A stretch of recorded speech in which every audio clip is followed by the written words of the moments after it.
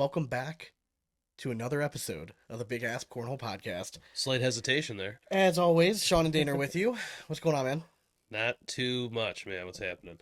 Doing okay, doing all right. I know you're a little under the weather, so thanks for being a trooper tonight. Just trying to get over this shit. It's taking way longer than I would like. Lingering. So it is a lingerer. All right, well, let's go ahead and not break tradition because I am freaking thirsty. So, Dane, do what you do and let the folks know what we're sipping on tonight in a segment we call What You Drinking. What you drinking? Well, Sean, tonight we're just gonna bring an onslaught of beers because it's gonna be a long night. We got a lot of recording. Dude. And I've been under the weather, so I've not been keeping up with my beer advent calendar at work. Lucky for me. So yeah, we're backed up by 6 right now, and we're gonna catch up on the show. But we're letting it rip with, just to start us off on a good note. Went back to the Dank Demon from Great Lakes, Imperial Dank IPA. 8% alcohol by volume. Badass looking can. Yep, it's gonna put us in the right spot. Who Who also helped you put you in the right spot, Sean? What's that? That's Local Bags. Mm-hmm. If you're looking for some of the best bags in the game, go to localbagcompany.com. There's 3 words that we use that resonate every time we say local bags, and that's pro, blend, resin. All right? Go get yourself some. Feel the magic at localbagcompany.com. And I've actually had several people reach out to me who had local bags previously.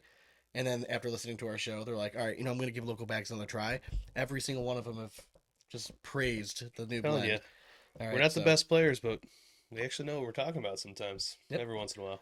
Yep. All right. Well, Cornhole fans, we obviously have audio gold planned for you all today. What? We're going to recap the ACL team draft held this past weekend. And then we're going to be joined by ACL Pro, the baby goat, Mr. Alex Hicks. But before we jump into all that, we bring you what's going on in our cornhole lives in a segment we call In and Around the Hole. Are you too good for your home? Answer me! Brought to you by Airwolf Athletics, helping athletes become the alpha in all aspects of life. Sean and I are both rocking the sexy lids right now. I'm actually rocking blackjack, but we'll get there. That's right. Oh, I'm sorry. I didn't even look at it. I saw the patch. I assumed. The camera's far away, Okay. people. But anyways, if you want to look half as good as me and 3 times better than Sean, you got to start at the top, work your way down. At airwolfathletics.com, use code BIGASP. It'll get you 10% off. Speaking of blackjack cornhole, at this point in your life, if you haven't added a set of the sexiest bags around or the sexy ass hat, which has the American flag, I'm turning my head a little bit. America. If you're watching us on YouTube. All right, you're doing something wrong. That's right, folks. Blackjack cornhole bags. You get free shipping, amazing customer service. It's really a no-brainer. So stop what you're doing. Go grab your gear from blackjackcornhole.com. And if you use code BIGASP, you're going to save yourself 10%. Yes, you will. All right, so before we start, you purchased a new webcam, and might I say, we look fucking sexy in HD. We look dapper. Oh my god! So if you haven't done so, obviously we always appreciate whether you watch us or you listen to us. But if you haven't done so, check us out on YouTube. You can. It's BigAsp Cornhole. We're on YouTube. We're trying to build up those subscribers. Dane just purchased a sweet ass new webcam. Slowly building up. We're starting to look official. I mean, we're gonna have to grab some whistles. We're wearing headphones now. I mean, we got new mics, headphones, the webcam's coming together. So next is just kind of decorating the studio a little bit. Yeah. Right. Hanging up some things. Absolutely. Yeah, here and there. So maybe some potpourri. Listen, so if you're a cornhole company, you want to send us something that we can hang in the background, listen, send it out, man. We'll hang it up. We'll shout it out, whatever you guys want to do. So we always appreciate that stuff. Sponsors first come, first serve. So our cornhole lives, Dane. I know you got to throw a bunch this week. You had team night last night. I did. How was that? That's now explain a little bit team night to everybody. All right, so team night, there's 4 captains. Each captain drafts a team of 16, and then you basically get broken up into crew cup, doubles, and singles. You play each other team one time based on like your level that you get drafted at. So and if you were drafted 6, it's all points based. You would play the other 3 people that were drafted 6. Exactly, yeah. So it's honestly like, I think it's Cleveland Cornhole's best night of cornhole, hands down. I've done it one other time. I was on the white team like 2 years ago. Yeah. And it was by far the most fun I'd ever had playing cornhole. I actually went undefeated. A big team camaraderie is like, I mean, it's always electric. There's always like a little more angst in the air. Oh, Like yeah. people are a little bit more on edge, Oh, and yeah. it does make because there's just that much more shit talking going on. And a Like, lot of partners are split up. oh yeah, and like, I mean, I just walk down the boards like when you're not playing, and you just cheer on your fellow teammates, and yeah, just talk shit against other teams, Now, even though you how don't know did who you they're do? facing. So Crew Cup was interesting. Okay. It was me and Udai Okay. on one side, Udai Joseph, hell of a thrower out here, and then Felix and Matt down at the other Yeah. end. Pretty good squad. Yeah, we had a great squad, but we could not find it in Really? Crew Okay. Cup at all. First match, we were up big, come to the final round, give up a, not my side, but the other side, gave up a 7 to lose it. All right. And it's Crew Cup's round limited, so it's only 10 rounds. Okay.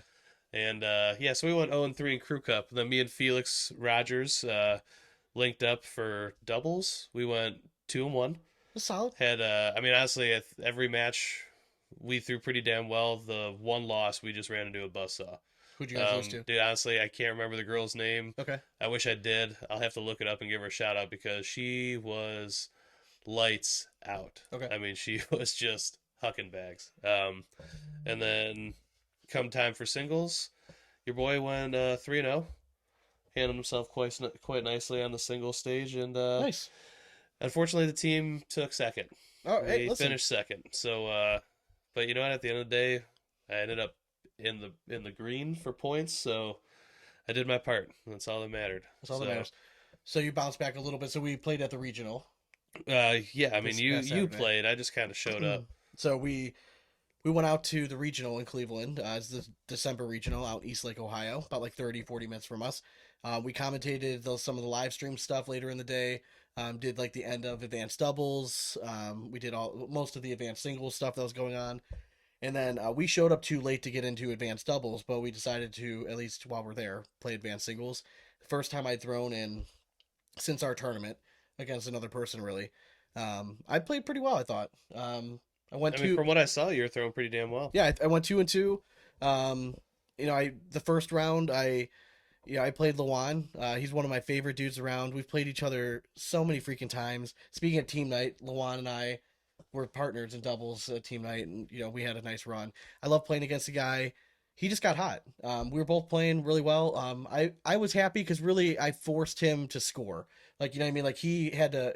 I was throwing a lot of tens. It was an open board slide-ins for 3 points to score. You know. No, I mean it was just I was throwing a lot of eights and tens. You know what I mean? Like I was just I think I threw like one or two four baggers. I actually think I started off the match with a four bagger, but besides that, it was just eights and tens most of the time. And he was hitting 12s. So I mean, hats off to him. I think he beat me. I think it was like 21-12, something like that. So pretty handedly. I didn't feel like I was ever out of the match. But then the last round I gave up like a 5 or something. So, but he's gotten.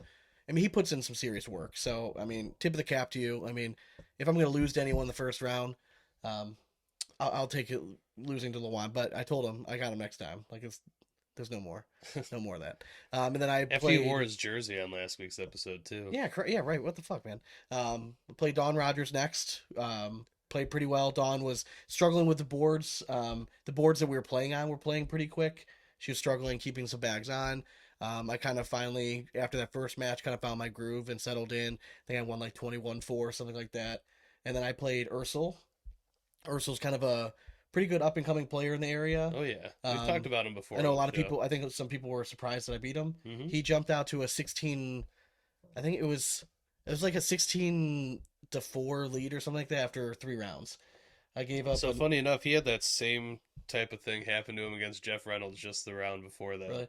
Yeah, he jumped out. They're I on the gave up, broadcast court, and I was calling it. And I was literally like, gave "Eesh." up a 10 and a 6, like in the first and then the third round. I could not believe it. I'm like sitting there. I'm like, did you just seriously throw a 2? And then the rest of the time, I kind of just battled back and just stuck with it. And I think I kind of frustrated him a little bit just because I kind of found my groove. And again, 10s and 12s kind of pretty much from there on out. And he threw some bags off the back and was able to battle back. And I won, I think, 21-16. So I was happy. And then the fourth match, I played our buddy Tony Rinaldi. Again, Tony was playing really, really well.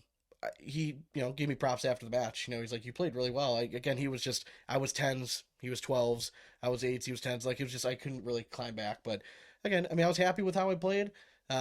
Boards, it was weird. It was just depending on which boards you were playing on. Either played really fast or really slow. Depends how close you were to the exit. I ended up playing all 4 matches on the same set of boards. So I was going to adjust and grab something maybe just a little bit slower.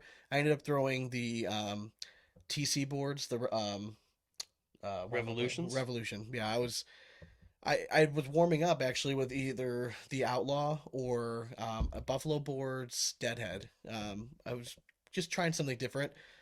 Both those bags were playing just a little bit slow than what I wanted, and I was warming up on the feature boards, and those boards were playing very slow. And then I went over to the other ones. By that time, I'd already made the decision. I'm like, I'm going to switch. I'm going to play with these. And I didn't feel like walking over and changing bags. So I'm like, you know what? We're just going to let it roll. But all in all, for not playing for at all, really, and for 3 months, I was happy. Very nice. Yeah. I got to play more than 2 matches. That's all I wanted. I didn't really get to see any of your matches because I was being responsible, and after my 0-2 exit, You were. I jumped on the mic, called a couple matches, but I will accredit myself for Eli Stevens' success in that run because I had him down 11-0, and I remember looking at him just being like, come on, man, like, you should not be losing to me. And yeah, he went on a tear and beat me 21-11, and then Took second to Jeff ended up Reynolds. taking second to Jeff and threw out of his mind. So hats off to Eli and Jeff. I mean, both of you guys had a nice run there. Do want to give a tip of the cap. So Jeff Reynolds had a nice weekend. He took first in singles, second in doubles with his partner Kevin Allen. Yeah. And then I mean Timmy Jonas and Chucky Love, they're looking pretty good as a doubles team. They're going to be a tough team, man. I'm telling you. They're gonna make a run at one of these nationals. Very steady. They're gonna be just not giving up big rounds, and Chucky they're gonna Love hurt you when looks you like miss. a different player throwing these Typhoon, man. Like he looks like he found his bag that he really likes. And on the featured boards, we said that they were playing slower. He just threw slick side the whole time. I mean, I'm excited to see Chucky with that Thunder in his hand. I think he might be switching to that bag after watching Jeff throw it. Maybe a little less full Thunder. Yeah, we got our hands on the unreleased Reynolds bag, the Thunder. It's basically the same slow side as the Typhoon, but it has also the same slower side material that's on the Lightning, but it's just a fuller bag. It's a little chunkier. So if you don't like how floppy the Typhoon is, Thunder is going to be right up your alley. Yeah. I mean, it's a good bag. All right. So let's go ahead and move on to kind of the news around the ACL, right? This past weekend they kind of launched their team aspect of it. What? They had their big draft, right? So for those of you that have been under a rock and aren't familiar with what we're talking about, the ACL is starting. They're getting rid of Crew Cup in the Pro Division, and they decided to start this teams event. So what they did was they took about the top 16 players in pro singles finished last year, and those were the captains. Now there were some variation, there were some changes. Like I know Jason Rubin was supposed to be a captain, but he had prior engagement, so he couldn't make it. So he ended up being just one of the in the draft pool, I guess you want to say. So what they did was they took the lowest ranked singles player and they got the first pick. So went 16-1, and then it was a snake draft. So if you're familiar with any sort of fantasy type sports, that's where it was. Now, I feel that if you had ever participated in any sort of fantasy type draft before, you're going to have a big advantage in this. Oh, yeah. Absolutely. Just building a team wise. So what we'll do is we're going to go through each team. We'll start with the 16, work our way to 1. Just give our overall thoughts on the team, how we think they're going to do this year, and we'll kind of just roll with that. So we'll start off with the Carpet Burners. Alrighty. Captain was Ryan Smith. And he started off with, I mean, to me, it seemed like a no-brainer pick, Matt Guy. Yep. Anytime you're starting off your team with Matt Guy, I think you got to be pretty happy with it. And then he went on to his second pick. Surprised me a little bit. Let's just go through the first round. All right. So we went. Let's go through the very first round of draft. Oh, you want to do that way? Because honestly, I think the very second pick was surprising to me. Oh, all right. So we can do it that way. All right. So so the first round in order, it went Matt Guy to Ryan Smith. Then we had Adam Hissner with the surprise. He kind of threw a wrench in it pretty early, and he grabbed James Baldwin. Cheyenne Renner with the third pick took Jamie Graham. James Washington with the fourth pick took Jason Rubin, which I predicted. Mike Ferreira, he took Tanner Halpert. Eric Anderson took Jordan Power, who fell a little bit later than I think a lot of people thought he was going to. You had McGuffin take Josh Holland. I'm sorry. And then Emfer took Halpert. Eric Anderson took Power. Stephen Bernasette was Tony Smith. Eddie Grindersleeve with Caleb Batson. Eric Davis with Frank Modlin. Devin Harbaugh, Noah Wooten, Brett Guy with Isidro, Cody Henderson with Alex Rawls, Damon Dennis with Greg Geary, Ryan Windsor with Eric Zockline, and Trey Birchfield with Jimmy Humans. Okay, so if we're going through all of these picks, right? Did any of the first round picks surprise you? I mean, I think the very second pick surprised me. Really? I mean, Hisner's been around the game for a long time. I know James Baldwin has as well, but I really thought he was going to go with Jamie Graham there. I don't know why, or even Tanner Halpert. I know that those guys know each other. They've been in the game long enough that they would have had to have faced off at least a handful of times. I can understand why he went with Baldwin, but at the same time, I just don't necessarily agree with it. Yeah. Because to me, I mean, no offense to James Baldwin, but I mean, I just think like Halpert or Jamie would have been the safer picks right there. I want to say the two biggest surprises of the first round that I don't think a lot of people predicted was, like you said, James Baldwin going to Adam Hisner. And then the other one was Jimmy McGuffin taking Josh Holland. I thought without a doubt that he was going to grab Greg Geary. Yep. I think that Jimmy was probably thinking that Greg Geary was going to fall back, but then Damon Dennis snagged him. If I'm looking at all the first round picks, if I'm saying who had the weakest start, man, if I'm being completely honest with myself, I might say Greg Geary with Damon Dennis. You saying like who had the weakest star? Was Yeah, just like if I'm like who, you know how it is. Like when you're drafting a team, right? Like let's compare this like to fantasy football. You never want to lose your draft in the first round. Yeah. You know what I mean? You want to get somebody that you know is going to show up and put out. But like if I were drafting and I look back on this and I look at who everyone else got in the first round, is there anyone where I'm like, damn, I would have rather taken somebody in the second that somebody got in the second round rather than who they got in the first round? Maybe Greg Geary. I mean, for me, it's I hate to say it, but I would go with EZ with Windsor. Yeah, I that's really another thought one. he was gonna go with like AJ Sims right there, somebody that throws a real mean low bag to kind of go with his style of play. I don't know, just my thoughts. All in all, I mean, there weren't too many surprises in the first round. I think out of all the ones that I wrote the article, I got the Eric Davis pick right with Frank Modlin. I had James Washington picking Ruben. I figured he might want to stay in the ultra realm. Mike Ferreira, I had him either taking Holland or Halbert. I wasn't really sure where it was. The one that was surprising, I really thought that Adam Hisner was going to take Jordan Power. Yeah. I don't know why. I just kind of had that feeling. I think it was a very good pick for Eric Anderson. I think that Eric was planning on probably taking either Jamie Graham or Tanner Halpert there. When both those guys were there, I'm sure he was pretty happy that Power was still there. Because if he wasn't, I think if those three players were taken, it would have been really interesting to see who he was going to take. I mean, to me, if none of those three were there, then to me, either I think he might have gone. I think maybe then Josh Holland could have been there. No, for him I'm to saying take. I'm saying if like Graham, Holland, Halbert, and Power, like if all those guys were gone, then it would have been a little bit tougher. You know, then you're trying to figure out, okay, like I don't Yeah, but think then do you go Ruben or Tony Smith? That's Yeah. I don't think that's a lose. No. I mean, you're good with either one. no, like I said, out of the first 6 picks, I mean, really the only, I mean, you can't even really call it a question mark because James Baldwin's a stud. No, I was just surprised that he was the second overall pick. Yeah, I mean, I think the picks are all really strong in the first round, all the way through. I mean, really, I think the first question mark in the first round is Alex Rawls. Yeah, I mean, he's just not enough of a sample size, but That's all it is. I'm not saying anything about his talent. I'm just saying taking a rookie, and Cody Henderson surprisingly took rookie back-to-back picks. Took Alex Rawls, and then the second round took Austin Schlobaum. Yeah. That's an interesting dynamic. I don't know how Henderson was kind of planning it out.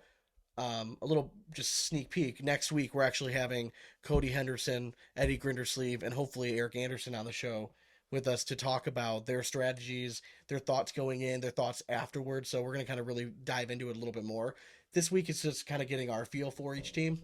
So we went through the first round. what I don't want to do is I don't want to go through each freaking round. No. I mean, I just wanted to go through the first overall Do you picks just to like kind of Trey see. Birchfield, right, where you're sitting at that turn? Yeah. Did you like the humans, Kyle Malone, back to So back? I 100% agree with humans. Yep. But instead of Malone, I would have inserted Clemmer or AJ Sims. Okay, I thought that he might have gone Clemmer there. I don't know. Again, and it's interesting to know what they're thinking. Is he closer to Kyle Malone? You know what I Yeah, mean, and rather than that's- Clemmer. These are like the personal relationships that we don't know about. Yeah, correct. I'm just going strictly based off of what I've seen this year, and I mean who I think could be successful in this dynamic. Like really, if you're going rookie picks, I thought that there was a chance that Cody Henderson, instead of taking Alex Rawls, would have taken Berkeley Pear. Yeah. Maybe just sticking with like the local vibe there Mhm. just a little bit. But obviously didn't go that way. But again, if I'm looking across the board, second round, if we're looking at the weakest pick out of all of them, and again, this is not like I'm not trying to pick on anybody, but it's probably Damon Dennis going with Philip Hayden. I get it, giving a nod to your old partner. And his partner. It's easy for Damon then. He knows who he's playing with, and the rest is just going to kind of roll down. If you really look at Damon Dennis's team as a whole, and we'll kind of go down this as we get through there, really took guys that have been around the game for quite a while, and that he's probably pretty familiar with. I agree. Yeah. All right, so let's go. Let's break down each team. Right. So let's start with Ryan Smith, carpet burners. So we already established he took Matt Guy. The second round he took Justin Rule. Now I know I've seen the kid throw a few times. He's from Florida. Him and his brother both qualified. They're ACL rookies. I thought that was a little bit of a stretch. I thought that was a little bit early. I thought there was other players taken in the third round that I thought might have been a better fit for him. Names that immediately jump out, like maybe a Tyler Cobb, Michael Lucas Jr., even like a Doug Zaft, Ashton Speeds. Like I thought some of these guys might have gone earlier than what Rule did. But then in the third round, he followed up with another steady pick. So he went back to back, Justin Rule, and he took Josh Gross. That was kind of the first time that I think a lot of people were a little bit surprised that another Texas boy went and it wasn't on Eddie's team. Yeah. But again, you can't go wrong with Josh. Josh is going to be steady. He's a good competitor. You know what you're going to get from him. Yes, 100%. And then after Josh Gross, he rounds out his next two picks with Bill Hadley. Again, arguably one of the best senior players right now. You know what you're going to get with him. He's going to be very steady. He's a solid pro. And then you get Jake Corley. Jake Corley might not be the flashiest. He might not get a lot of the recognition. But again, he's been a top 10 or top 15 pro in doubles the last 2 or 3 years. I mean, the guy just is a really good doubles player. And people, I think, kind of forgot that this is a doubles competition. There are people who are stronger singles players and stronger double players. Jake Corley fits this team event perfectly because he can throw a wide variety of bags. So I'll be interested to see who he plays with. I actually don't even think it would be a bad idea to partner him up with Bill Hadley No, because not they at all. both throw They ultra. could throw ultra, yeah. I think that might be kind of a sneaky like little pick. After Jake Corley, he went with Mike Hoffman. That is actually Dayton Weber's pro partner this Yeah, year. and he's He's been really impressing me. He's throwing been off to a really very well. good start. So, and then you got Connie Altus. She's one of. I know she's pretty well known in the cornhole world, but like if you're not like a diehard fan, you might not have heard of her. Mhm. She's gonna make a broadcast in the women's events this year, Hands down. Yeah, I just kind of she's see a that. great thrower. And then you got Jeremy Shermerhorn, Tom Walter, Vince Passione, and then from there it gets a little. Jai Prashad. Like I'm not gonna pretend like I know every single one of these guys. Like I there's too many good. There's 256 of them. We'll get there eventually, but a lot of you guys, it's So it's what hard I've to been learn trying to everything about really look everyone. at is like the top 9. Like those are like the anchors of your team. Who do I think has really strong? Now there are some later picks that I know the names that I think that were sneaky good. For Ryan Smith, nobody really jumps out at me. I hope somebody on that team proves me wrong, and I'll get to know them a little bit better. Yeah. But all in all, I thought it was a solid team for Ryan Smith. I don't think it didn't look like he had a whole lot of strategy, and sometimes picking at the ends, you just have to take the best available player, and knowing that you have a really long wait. So if there's anybody that you kind of wanted on your team at a certain time, you don't have the luxury of waiting when you're at the turn. Well, honestly, I think you might have been onto something with the pairings, because I think he honestly was just trying to figure out who would pair well together. And I think if you go down his list, those could very well be the doubles pairings that we're going to see off of this team. Could be. We'll see. All right, let's Because it move on wouldn't to the next surprise one. me if Schermerhorn and like Walter would be thrown together. Yeah, that's true. You know, All right, so the next team is the Rollers, and the captain was Adam Hissner. So we said before they start off with James Baldwin, and the next pick he went Mike Harvey, then Jordan Langworthy, then David Morse, then Cameron Holland, and then Gino DeLisa, and then Scott Lane. So I mean, right off the bat, through the first 7 rounds, right? Scott Lane, if Scott Lane plays up to his potential and how he has played in the past, that could be a really good pick in the 7th round. Yep. Jordan Langworthy in the 3rd round. He's been around. I want to see him. Again, was that a tip of the cap because he's local? Is it a tip of the cap because he knows he's been around, he's been a pro, and he knows how to handle that stuff? I don't know. I think he's like a people person. It could be, yeah. So I think a lot of people. I mean, I think he's gonna be an easy guy that will pair up with anyone. And for doubles. maybe round 3 was where Adam was like, "Hey, I'm going to look for somebody that I want to play with." Yeah. Langworthy and Hissner, they're both local bag throwers. Maybe that makes sense. Then you put Baldwin and Harvey, who both throw, all cornhole bags. Yeah. That would be a pretty nasty team. So if you start trying to see how some of these teams might shape up, it kind of makes sense.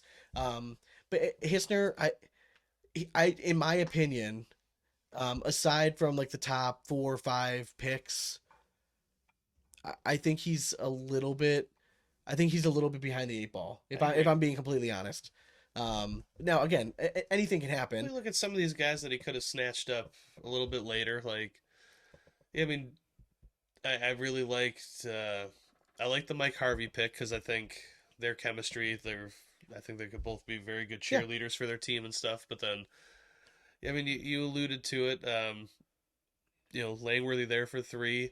And then coming back with that 4th pick, you had David Morse, who we know from the area, very good thrower. Yep. But I mean, we mentioned Jay Corley's numbers in doubles.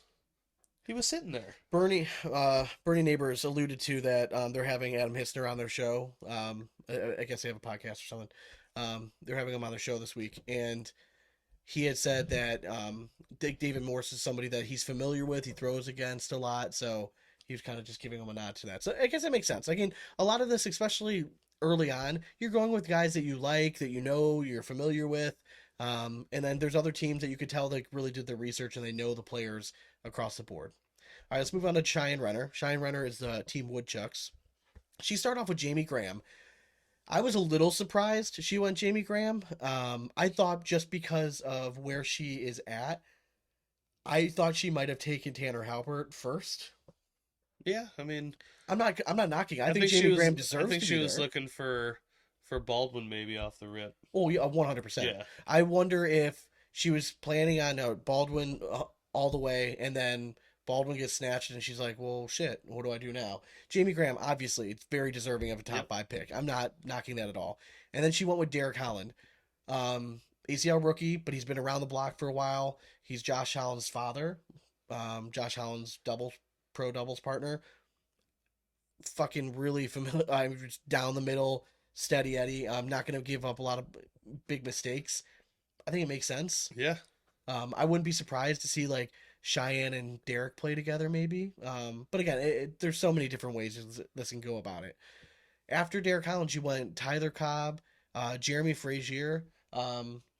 He is a sneaky good pick. He is. I think he's out of St. Louis area, somewhere around that region.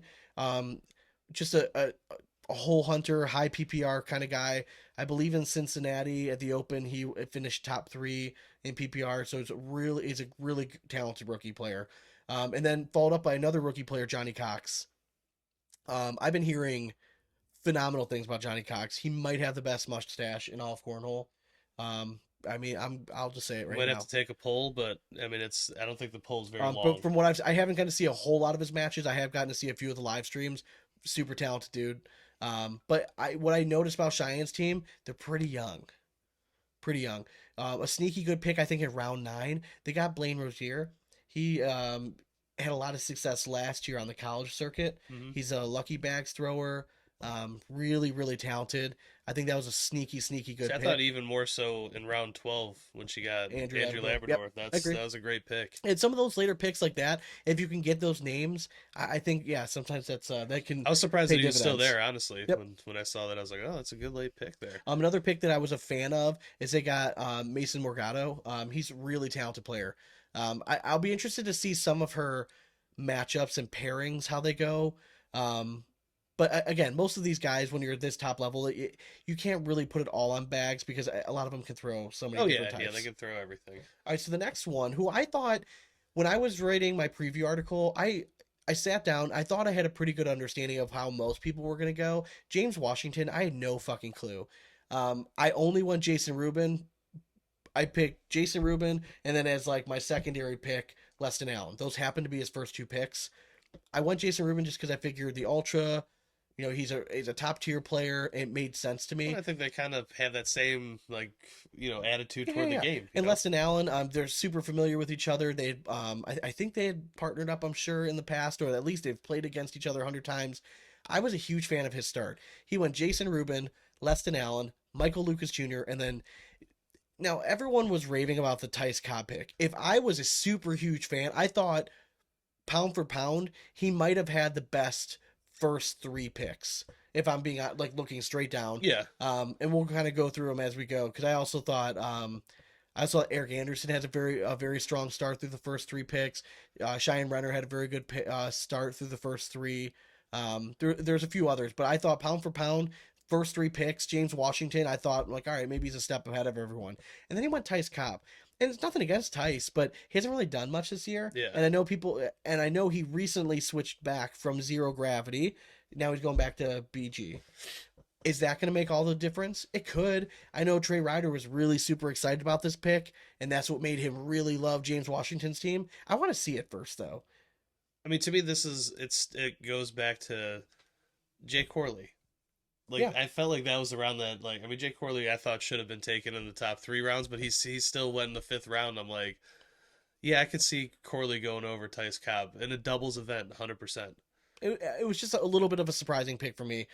They went Trey Hunt. Trey Hunt had a really good run at the most recent Open, so I guess it's not too much. Maybe a little bit of recency bias, but again, if a player is playing well now, you gotta take him. Yeah. He went Jamie Sanchez, very solid player. Then Corey Gilbert, I believe, was it Corey Gilbert that was the other one besides Josh Holland that went 8-0 in the qualifier? I believe so. So yes. super talented guy. I heard he cuts hair like a motherfucker. So, if you're ever in the area and you want to line us up or something, let me know. If we gotta go see Covey first if we're gonna get our hair lined that's up. true. I thought a good pick a little bit later, Scott Schultz, they locked up, and Lori Duel. Lori Duel lasting till the 11th was a little bit surprising, especially coming off the season that she had last year. I mean, all right, so you said Lori Duel. I'm going to throw out Jessica Jones on the 14th. Yeah. Keith Perry, again in round 12. Yeah, and Keith Perry, I don't think he got enough love last year. He had as a doubles team, played last year with Chucky Love. They had a really solid fucking season last year in doubles. Yeah. So for him, qualified because of again, some of these players they're just not name known yet. And if Keith Perry's not a spring chicken. If you're not young and you're with the popular crowd, then sometimes you're going to fall down. But again, I thought Washington, top to bottom, had one of my favorite teams. Yeah, I mean, I just when I saw Jessica Jones going that late, I was just surprised because I know she's coming off having a baby and stuff, but I don't think she got to throw as often last year, obviously. So this year, I think if she gets back to form, man, I mean that's gonna be a steal. All right, let's go to the next one. All right. Next up we had Jimmy Mcguffin. Jimmy Mcguffin started off with Josh Holland, Matthew Sorrells, and then I love the dude. They're the Bombers. Yes, Jay Dodson in the 3rd round. If we're gonna put a giant question mark on any pick in the 3rd round, listen, I get some loyalty maybe. Jay Dodson has been around forever. We know the potential he has. He can be a really awesome, amazing player. We haven't seen it in a year or two.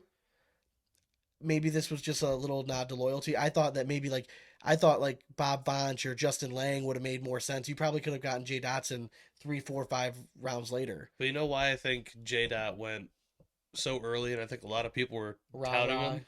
Exactly. A He team is guy. a cheerleader, a Yeah. nice guy, can throw with Oh, anyone. I love J Dot. J Dot is And- literally one of my favorite players. Yeah, his infectious personality is gonna do well for this team. So I don't disagree with that pick actually.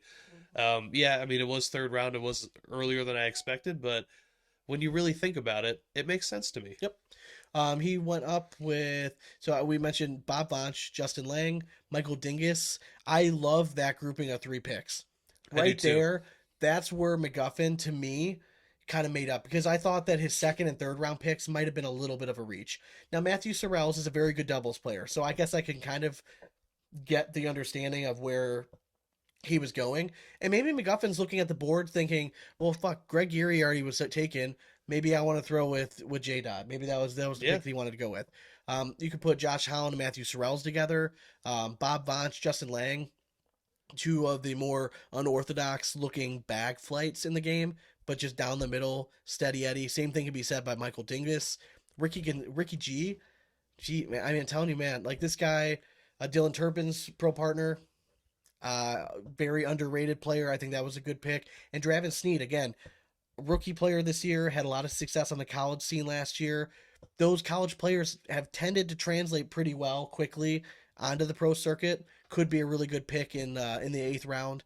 Let's see, who else do we get here? James Cumberland, sneaky good pick. I believe he is a sponsored player by Big Daddy Cornhole. Really solid player. Getting him in round 10, I thought might have been like the best pick in the 10th round. And that's kind of the way I look at it. How many rounds did you win when you're picking player? And then they rounded out with Carrie Mittermiller. Getting a solid player like Carrie she's not playing as much as she used to. When she gets hot. Yeah, that's what I'm saying. I mean, she's very, very steady. She's made the broadcast I think last year with Jessica Jones early on in the season. Yeah. So she's a very, very solid player. And I'm gonna have to disagree with you real quick on your best pick in the 10th round, because I got to give that to Timmy Jonas personally. I think that's going to be one of the top steals of the draft. Again, that he's throwing right now. I was just quickly scanning. It was not a shot at anybody. It was just a quick scan. But yeah, I think there's a few names. There's in the 10th round, you got James Cumberland. Ken Smith Jr. is a very solid player. Greg Cather is another one that's very underrated. Ron Kugel. Yeah, okay. Austin Ryder. Again, it was a quick scan, asshole. So hey, I just wanted to point out your flaw there because. Oh yeah, now I'm gonna get shit from Timmy Jonas. Good, deservedly so. My bad, Timmy. It was not a shot at you. He missed you a team even night. Austin Rayner going in the 10th round. Yeah, that's what I'm saying. That was a hot round. All right, let's go to the next team. Next team up, we got Emfer. Start off Tanner Halper. Not super surprising. They had the Florida connection. Yeah. His next pick, Matthew Stout. To be completely honest, I had no idea he was allowed to participate. I know this is technically like a doubles event. I thought he was only allowed to play pro doubles, but I'm happy. I'm glad he gets to participate in that stuff. I mean, do these count towards like pro doubles points or anything? I want to see, is he going to show up, because he's a really good singles player. Is he going to will that translate over the doubles court? If it does, then Emfer might have gotten a steal there because Stout has top 10 talent. Yeah. And then he went, I don't know if it was a strategy pick or if he was going for talent, but snagging Gustafson 2 picks before Steven Bernstedt could grab him, I think was a really interesting strategy. The next pick after that, he went with Terry Mathis, rookie player this year. I know he has a lot of, I think he was ACL guy coming over to ACL. I know he has a big following. People are really talking loud. I think it might have just been a little early for him. I think, again, a name like that, you might have been able to get a few rounds down. But again, when it comes to a snake draft and you have 16 teams, if you like somebody, you got to take them where you can. Yeah. Sarah Cassidy, he takes his partner, his pro doubles partner in the 5th round. I mean, I think it's smart. And then I think a sneaky good pick in the 6th round was getting Moses Azueta. 100%. We know and then follows it up with Rule too. Yeah, Anthony Rule. Yep, Justin's brother. Listen, another really good pick this in round 8, Nate Voyer. He has been playing lights out. I think he's a cornhole scenario player I think he's out of California. He had a really good run at either, I think it was their conference event or regional recently, or maybe it was the first Open in North Dakota. I couldn't tell you.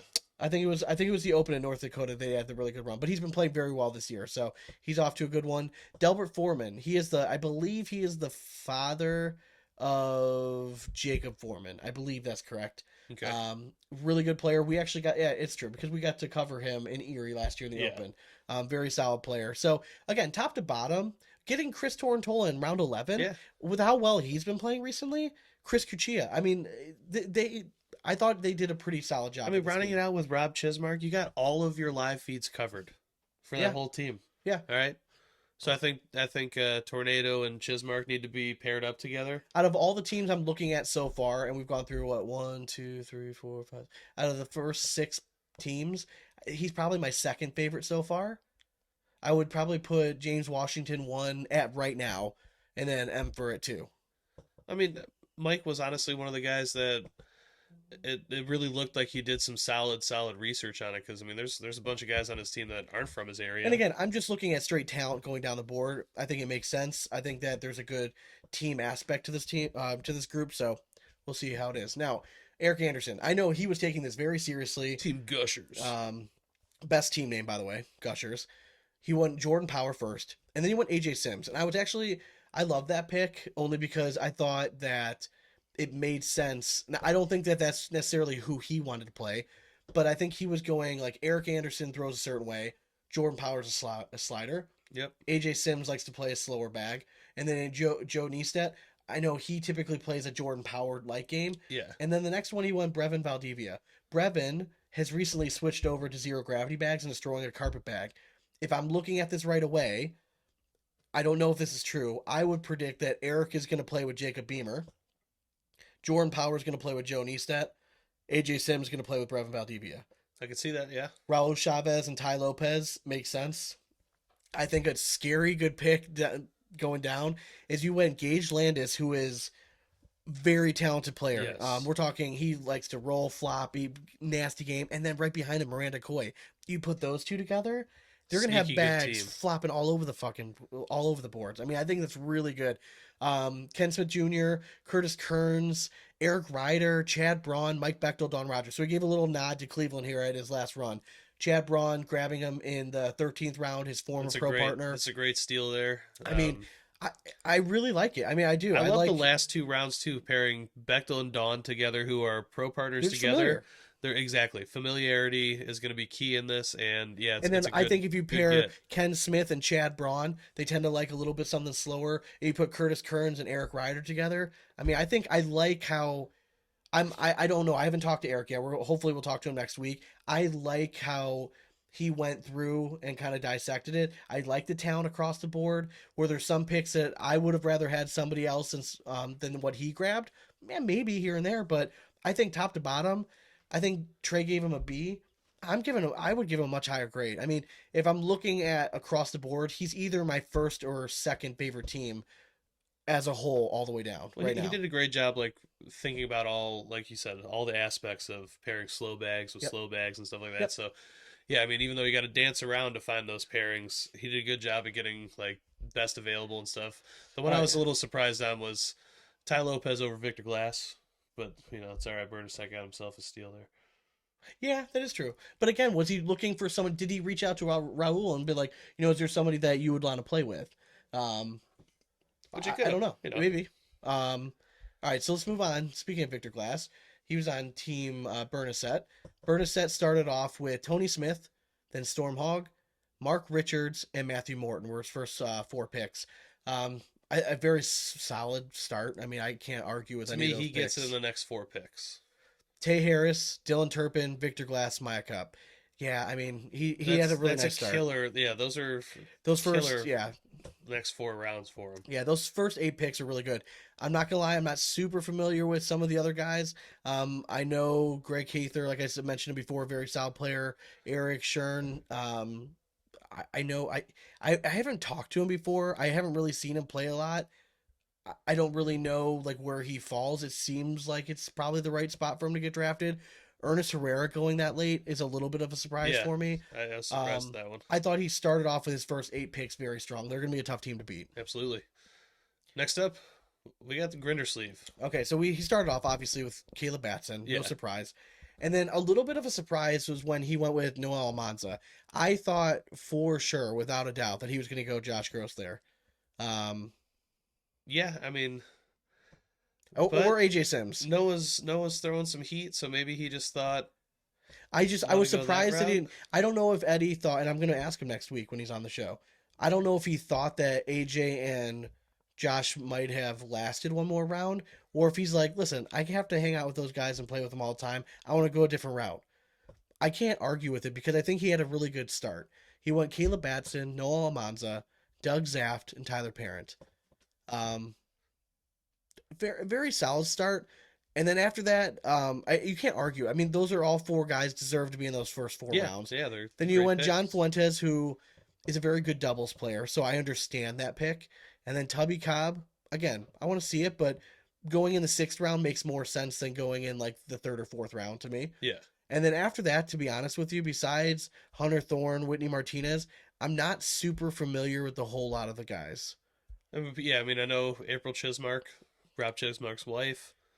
Yeah, I mean, I've heard the name Josh Thielen. I'm I know not sure. he was just on the Dogcast, I believe. Yeah. I maybe they're going to be great. I don't know. I just think that there's two or three other teams at minimum so far, top to bottom, that I thought were a little bit stronger. Well, you know, this is also going to give us a chance to learn about all of these people. Oh yeah, too. I'm excited. So I yeah, love yeah, it. yeah, absolutely. All right, so let's go to Eric Davis, who I thought had a really good team. He started off with Frank Modlin. Again, I kind of guessed that. I thought he might want to stay somewhere local. Then he went Berkeley Pear, Ashton Spees, and Kenzie Beach. Again, if you're going top to bottom, top four picks, they're right up there with one of my favorite top fours. And then you get Derek King. It just depends on which Derek King's going to show up. Is it going to be Derek King from last year, where he was just kind of struggling a little bit, or is it going to be Derek King from when he was playing with Birchfield and they were the team of the year? Yeah. You know what I mean? I don't know. You know what I mean? It goes not team of the year, but they won a national. Yeah, no, I mean, it's an honest question though. I don't know, but I think he obviously he deserves to go there just based on the name and his resume, and maybe just chalk it up to last year as kind of just a little lapse in judgment kind of thing. But the next pick is where I was a big fan of Peters Azueta Jr. I think probably top 5, top 6 Western players. Yeah, for sure. I really like that pick. Derek Singleton. You have Allison Pierce, which lasted to the 9th round. Little surprised that she lasted that long. I think a lot of the females last a little bit longer. And would you rather have Maya Kopp or Allison Peters? I would probably rather have Allison Peters. Maya Kopp was taken before by Bernasette. I mean, tomato. That's more of a local pick. Yeah, they're from the same area. Yeah, so. Absolutely. Another sneaky good pick, Greg Collins.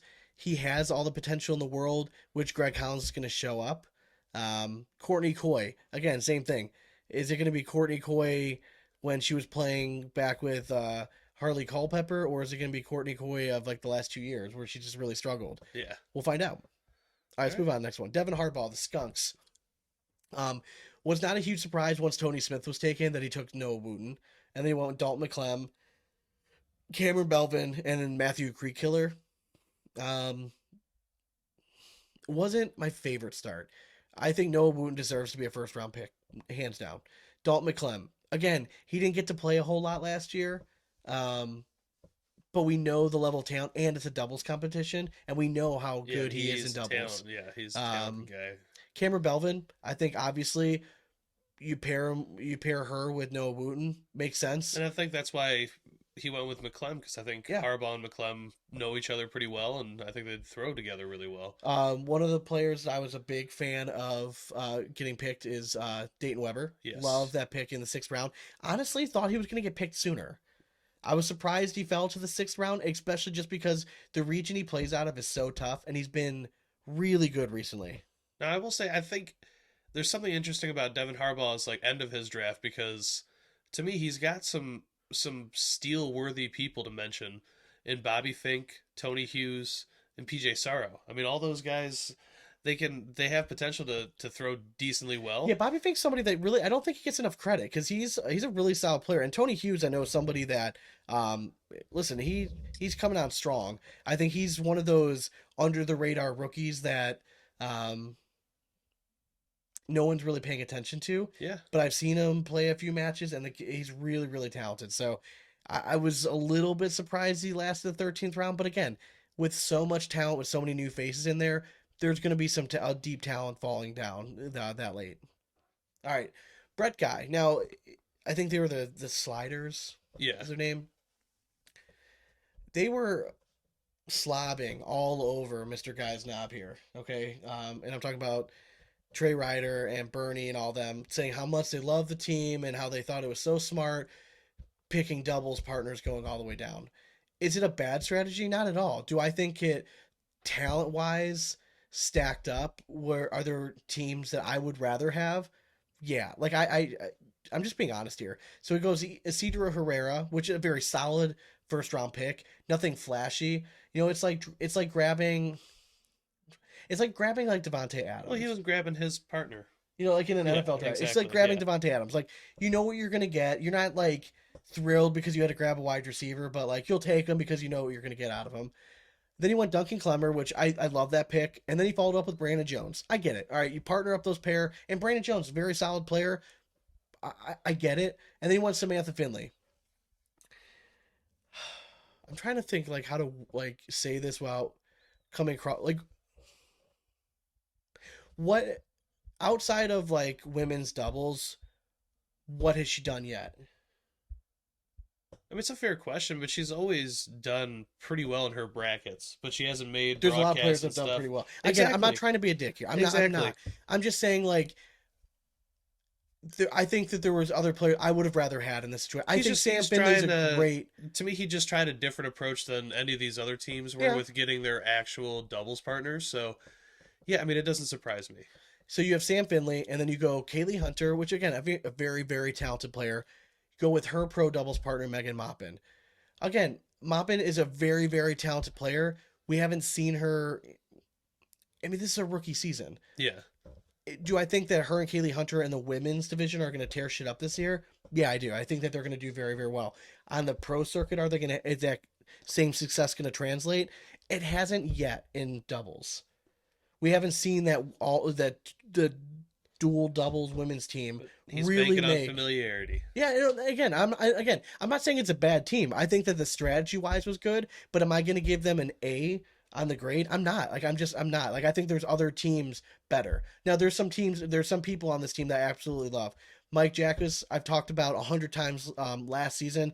I think he's super talented. I know Trey had alluded to something going on in his personal life. I don't know, but I know if we're just going off talent, very, very, very, very talented. Yeah. Ron Kugel, we know him from the area, very talented. Chad Webb, one of our favorite human beings ever. Yeti Irwan, who I don't think gets enough credit as a female player. Again, it's very solid. Do I think they were my number one team after this? No, I don't. I think that they were getting a little bit too much hype because Brett has what, 1, 2, 3, 4, so 5, 6. He took 6, 7 Seven. females. I get it, girl power. Yeah, rock on. It's cool. Do I think I'm going to be interested to see, is that going to translate over? Just because you took these doubles pairings, is it going to translate over? We'll find out. Yeah. I mean, we're not crapping on the girls. No, we're just saying I'm not trying to do that at all. we just want to see if his strategy works out. Correct. All right. Next up is Cody Henderson's team. Alex Rawls, Austin Schlobaum, Dave Sutton, Justin Stranger. I like the start. Love the start. Again, pound for pound, is it the strongest of starts? I don't know. Alex Rawls and Austin Schlobaum by the end of the season could very well be top 15 singles players in the country, and they could both be on teams that are top 10 doubles teams. They could be great first picks. I just don't know. See, I think Cody actually was kind of going with the same route as like thinking who would pair well together. Because to me, I think his first 2 picks pair well together. And then I think his next 2 picks pair well together. And then I think Cody Henderson's going to be throwing with Sean Short. 100%. Yep. Because they're good buddies. Yep. When they pair up together, something magical happens. So that's Yeah, like awesome. the Steven Ochoa and the Taco Ochoa picks. That makes No-brainer. sense. Those Father guys son throw pairing, phenomenal 100%. together. I get it. Then you have Emery Parker, I was surprised he lasted that long. Stephen Wendling lasting that long. Len Hyatt lasting that as long as he did. Yeah. Again, I thought top to bottom for Cody, recognizing that he didn't know as many players across the board. I thought he did a very solid job putting a squad together. He's to me, he's top 3 teams for me. Yeah. Hands down. I loved his team top to bottom. Next up, Damon Dennis. You have Greg Geary, followed by Philip Hayden, Lester Price, Corey Morrison, then Chucky Love, then John Kitchen, Brandon Corwin. I mean, those names right there just scream like, hey, we've been around the block. We're good old boys. We're all buddies. Like, it's people that Damon Dennis is probably very familiar with. From then on, he had some young talent. You have Timmy Jonas. You had Matthew Corley, who's a little bit underrated. Again, at his last pick, Christine Papke. The overall theme with this is take players that I'm familiar with, Yep. and then you add sparks, like you said, Timmy Jonas with the way he's been throwing, and you already have his pro partner in Chucky Love. That could be a sneaky good duo Absolutely. in this team I event. agree. So, all in all, I was surprised. I thought Damon Dennis did pretty decent. I didn't know what he was going to do with that first pick. So getting Greg Curie was definitely interesting. I actually had him picking Zockline. I thought maybe he would pick Zockline. Yeah, but I could see that, but it is what it hey, is. went with Geary. Ryan Next up, Windsor, the freeze, started off, speaking of easy, started off with Eric Zockline. Then he went Jeff Reynolds, Jalen Jones, and Philip Lopez. Eric Zockline, Jeff Reynolds, I mean, I'm not surprised. I mean, they both belong in those first 2 rounds. Philip Lopez, from what I've seen, he's definitely top 3, top 4 round talent. Jalen Jones maybe went a little early. I know Trey and Bernie kind of alluded to that. But again, if it's someone that Ryan really likes and believes in, with him being at the end of the draft, you don't have that luxury. You I got think to he take a player sees him where you throw want him. quite a bit too, because he's out in that he's from Iowa, so he sees him fairly often. And tell you what, man, when Jalen Jones turns it on, he's a different level. He added Danny Seals, Hasib Habiban, Drew Brown, Jim Glasscock. Again, Jim Glasscock, former partner with Doss, very good player. Kevin Allen from Cleveland. We love Kevin. Austin Raynard. Adrian Johnson, lasting all the way to round 11. A little bit surprising. Yeah, I agree. I'm hoping, because I really like him as a person, I want Adrian Johnson to have a coming out party this year. I agree. I want him to be the guy top puts in 50 all the singles. time. I want him just kind of burst onto the scene real quick. All right. All right. Last up, we got Trey Birchfield. First round, Jimmy Humans, then Kyle Malone, Jacob Foreman, Jordan Kimbrell, Cameron Presley, Jacob Trzynski, Justin Doss. Great start off. Yep. I really liked his top 4. Yeah. Again, like Kyle Malone. Jacob Foreman might have been a little bit of reach, but again, if Trey wanted him, exactly, and where it was wrapping around, he had to take back him to there. back. Yeah, absolutely. But Jacob Foreman's a very, very good player, so very surprised. Jacob Trzynski lasting to round 6 was a little bit surprising, but again, I like that. And getting Justin Doss, I think, very, very solid. Yep. All in all, I thought he did very well. I thought that maybe the steal of his draft might have been 11 and 12, getting Dusty Thompson and Chad Mayberry. 100%. And even getting Matt Abernathy in round 14. Very sneaky. Matt out here, he's just a very, very steady guy. So overall, I really like I like the Gushers. I really thought the Mays had a good team. I was a big fan of Bernasette's team. I thought Eric Davis did a very nice job. Brett Guy has an interesting strategy. I'm going to be interested to see if it kind of pans out. All right. Well, I think it's time to cue that rap horn, Dane. Oh, is it? I don't know why it's not working. Oh, that sucks.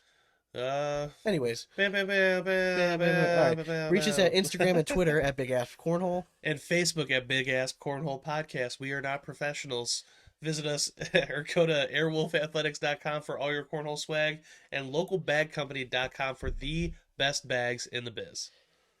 BlackjackCornhole.com for the sexiest bags around. Code BigAsp will save you 10%. And bagsboard.com for the sexiest backpacks and patches in the game. And just to let you all know, because we love you, we're going to be dropping 2 episodes this week. All right, so we're dropping an episode. Obviously, if you're listening to it now, it's on Wednesday when it first drops. And then we're also going to be dropping an episode on Thursday that's going to be featuring a bag review by Sure Shot Cornhole and an interview by the dads of Cornhole, Mr. Scotty Gore and Tom Stranger. Heck yeah. All right. Well, now stay tuned because we're going to be joined by the baby goat, Mr. Alex Hicks. Hells yeah. All right. As always, we hope you throw it straight, and it's nothing but 4-baggers from here on out. Cornholing. Later.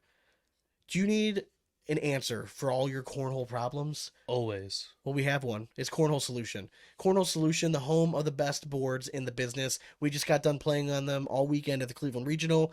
So stop what you're doing. If you're looking for boards for this holiday season, hurry up and go grab your set, submit your order so you can get there for the holiday season. Visit cornholesolutions.com and grab your amazing set today.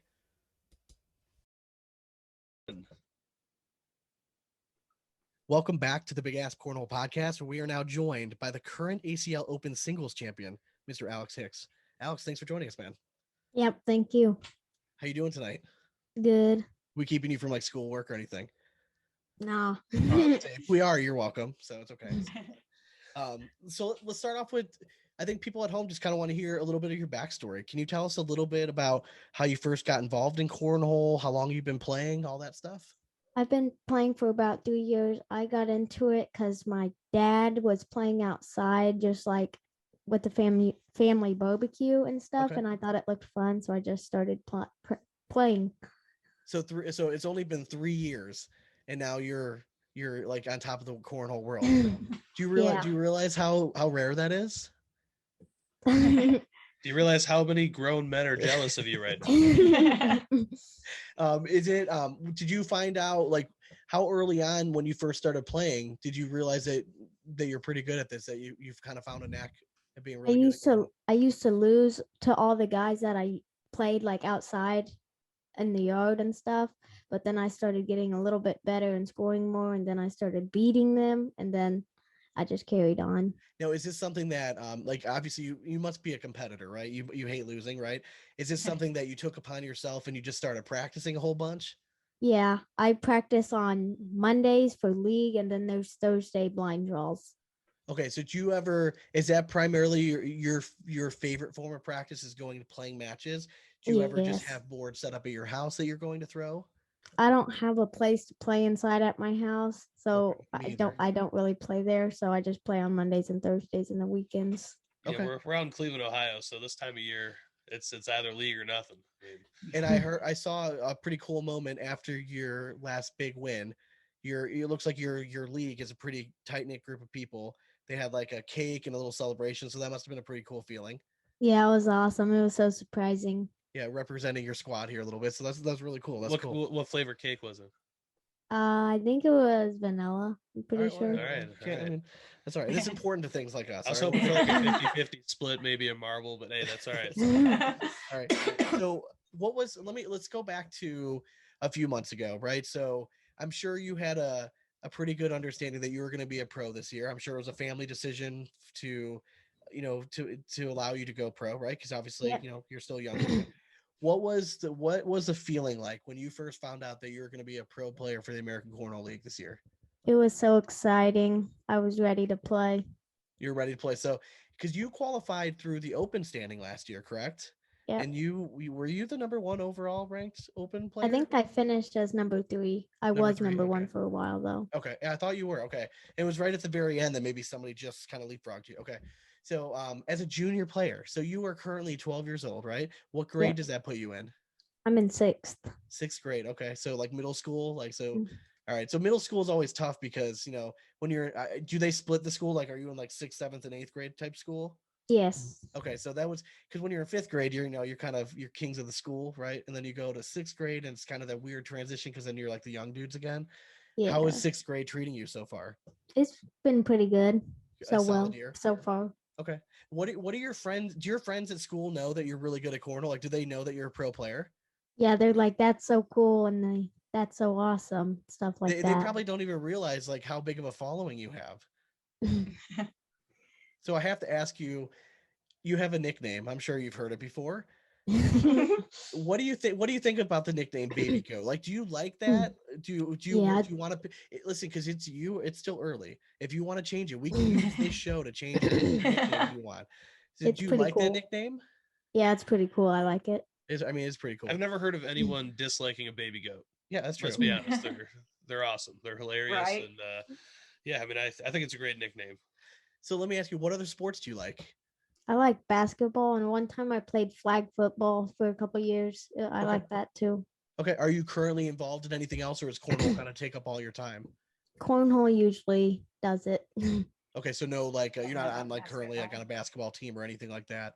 Yeah, I was signed up for basketball. The games should have been on the weekdays, but then they moved them to the weekend, so I couldn't really do it. And I would say you're a little busy on the weekends, winning money, playing cornhole, taking girl money, right, on the cornhole boards. Yeah. Okay. All right, so I have that. So you just got done beating, arguably, all right, I've really not even argument, the best player of all time, right, Matt Guy.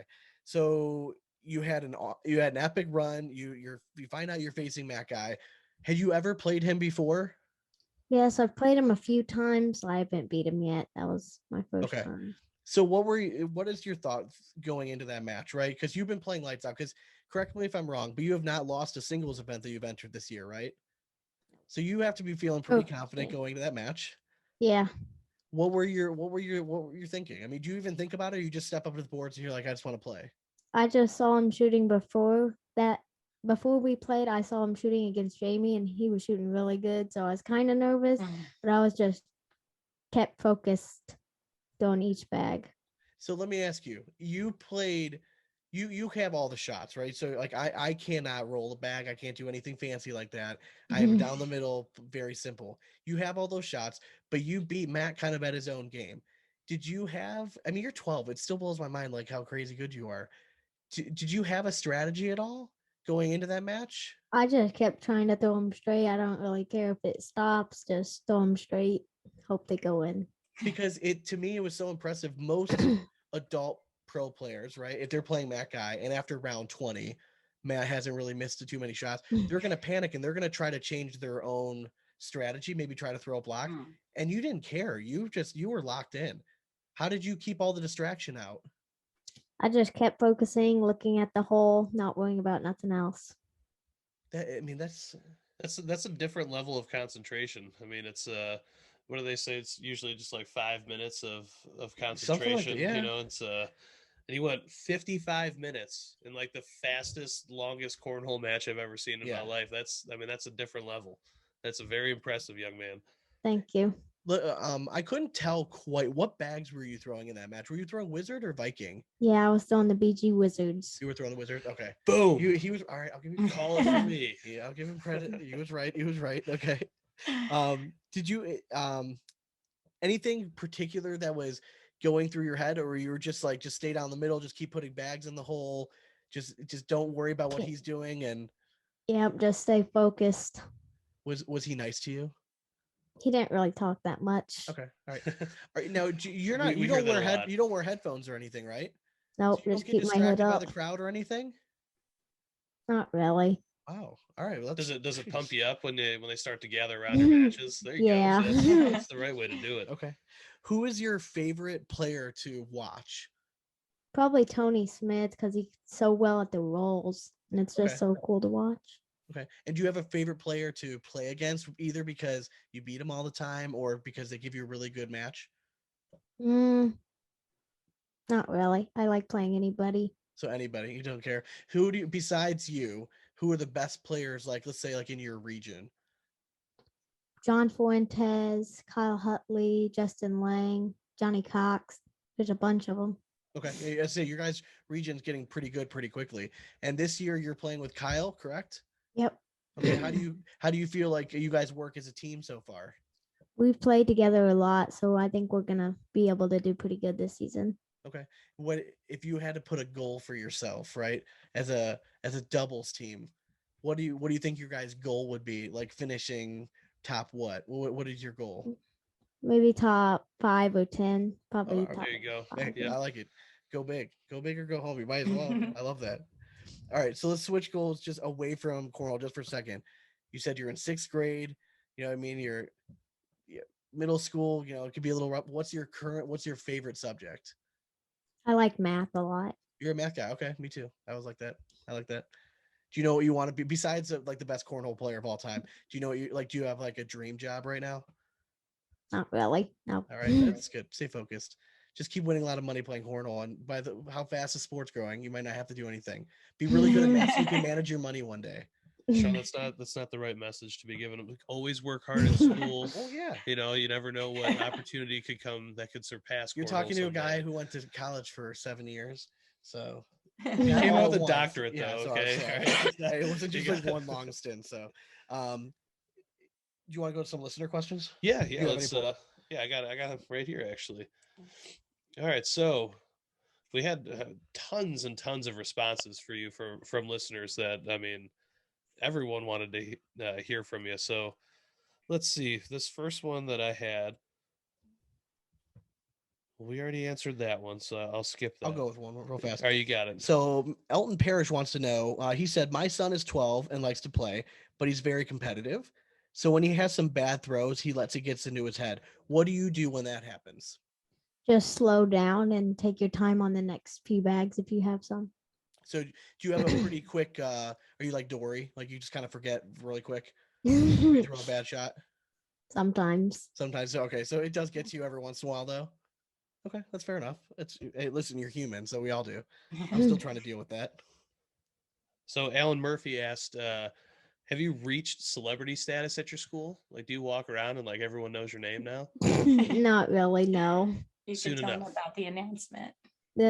They do announcements at the beginning of the day, every day, and they found out I won, so he announced it on there. That's kind of cool. That's awesome. I hope they have a talent show and you can just pull out boards and just rip airmails and You just could show beat, people. beat your just- principal, or all the teachers in the school. That'd be kind of cool. You could probably beat your principal blindfolded. Yeah, maybe. That'd be probably good. Mike Mossbauer wants to know: are there any history of athletes in your family? My dad played basketball in high school. That's about it. Okay, all right. Now, does your dad play in the league with you on Mondays? No, but Kyle Hadley does because he's from the same town as me. Okay. Now, how long were you playing before you could regularly beat your dad? I was probably after I played for like a year, probably I could Okay. probably compete with him at least. Does he still play with you every once in a while? Sometimes, yeah. Do you take it easy on him? Yeah. That's nice. Thank you. I appreciate that. As a dad myself, I appreciate that because it's got to be a tough pill to swallow sometimes for dads when your 12-year-old son is just dominating you in the game that you liked and you started. Good. Yeah. All right. So Lucas Meyer had a good question for you. He said, if you could only eat one thing for the rest of your life, would it be pizza or chicken nuggets? Pizza. Or Do your you have pizza. another option that wasn't presented? Huh? Is pizza is that your always go to, or do you have something even bigger than that? I like steak. See, Oh, your steak. Okay. that boy. Oh, I like that. Okay. Your parents are treating you well then. I don't think I was like 16 before our parents ever let me have steak. So I love this question. Matt Jackson wants to know, are there any tricks to having a consistent roll bag? And then does your throw change between a slide shot and a roll shot? I practice the roll shot a lot, so it gets easier and easier as I go. And I just hold. I don't think it really changes too much how I hold it when I roll. Okay. Does it, so your grip doesn't change? Not really. I just flick my wrist different. Okay. So you really try to come underneath the No. bag and get that tilt to it. Okay. All right, so Jimmy Smith wanted to know. I'm gonna slightly change this one a little bit, but if you could play cornhole with any pro athlete, who would your doubles partner be? Patrick Mahomes. Patrick Ooh. Mahomes. All right, I like it. I like it. Are you guys ever gonna face off? Probably not. Were you trying last year to try to get him to play you? No, Were you that on was social Trevor. media? What's that? That was Trevor That was Trevor. Caballero Okay. I or knew whatever. somebody was on his social name media was. trying to. All right, we can get something to happen. I bet. Let's see. Matt Brown wants to know, does being crazy good at cornhole player help you impress the girls at school? No. No. It's okay. It doesn't in real life either, so Yeah, don't worry about it. Our wives make fun of us all the time because we talk All about the time. cornhole on a podcast, so it doesn't change. So, I like this question by Dustin Pearson. He wants to know how you truly felt beating, like after the game was done against Matt Guy, right? Did you realize that like what you had done, like in how people were perceiving that game? Because I mean, people are considering that like one of like the top 2 games of all time. Like, did it sink in at all? Like right after you won, like how big of an accomplishment that was? It was crazy because it didn't even feel like I won, but once I realized I did, it was awesome. Why Exciting. why didn't you feel like you won? Because we were just playing forever, and I didn't think that was the score yet. I don't know. Comprehend. Yeah, I guess Yeah, you it's played all for that that Comprehend. focus. Absolutely, And absolutely. I got one more from Mike Mossbauer. He just wanted to know: is there any history of athletes in your family? I asked him that. Did you ask that? Yeah, already? he doesn't pay attention. This is Sorry, what I'm reading. I'm this is not what paying happens attention. when- We yeah. needed to flag it. Needed to flag it. Well, I guess that was answered. I'm sorry. Do you have any sponsors you'd like to shout out or anybody? Shot Kings, BG, Throwback High, full send baggers. Okay. There were Mom's so coming to the many. rescue here.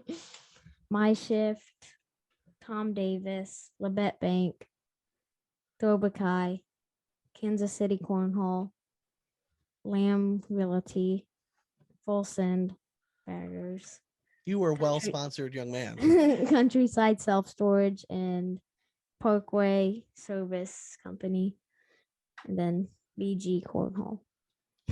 Man, that is an impressive list. There's very few that we've heard with that many sponsors, so good for you guys. So, Mom, can I ask you a question since you're here? Sure. What do you think of all this? I mean, this has got to be pretty crazy for you guys as a family as well, right? All the success that he's been having. Yeah, it's been kind of a whirlwind. Yeah, since he just started playing in the yard and now he's competing. And this was the kid, we barely put on Facebook or kind of more of a private family. And now, yeah, videos and things are being shared thousands of times. Did you guys realize how good he was? I don't really think so. I think when kind of a big moment for us was it last summer when Trey Birchfield asked him to be his doubles partner at the Austin Open.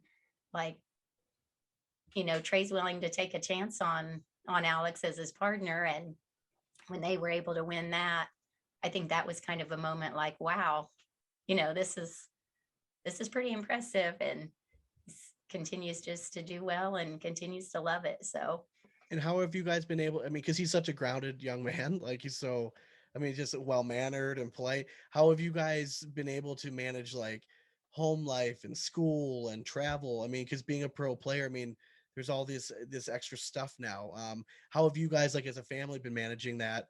And then what did you? I mean, obviously you guys are doing a great job with them. So what are the tricks? I'm asking personally because I have kids at home. Yeah.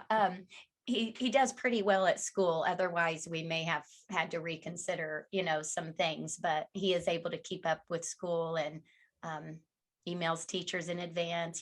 So he had to miss a couple days, to go to Virginia Beach. So he was able to, get his assignments in advance and work on them before he left. Finish up when he got back.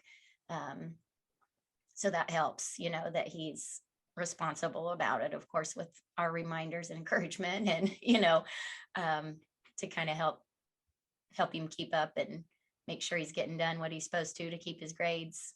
I mean, he's basically living the life of a collegiate athlete right now in 6th grade. I mean, with how much travel and stuff they're involved. Yeah, he got his first plane ride, and his first plane ride was to Virginia Beach, so that was kind of special for him. And getting to see some neat places and not a whole lot of time to tour, of course, or look around, but just to see the scenes on the way there and a few while we're there, so that's kind of neat.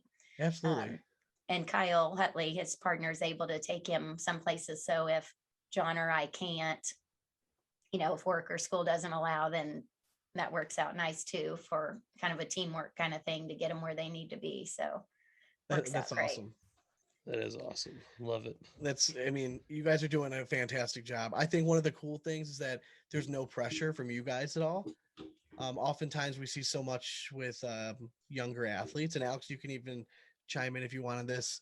It doesn't sound like mom and dad ever put any pressure. It sounds like all the pressure is kind of internal and you just want to be as great of a player as you can be. It's something that's really rare. And I think that's makes you not just as a family dynamic, but as an individual player, it makes it really unique. I really like to see that. I appreciate that. Thank you.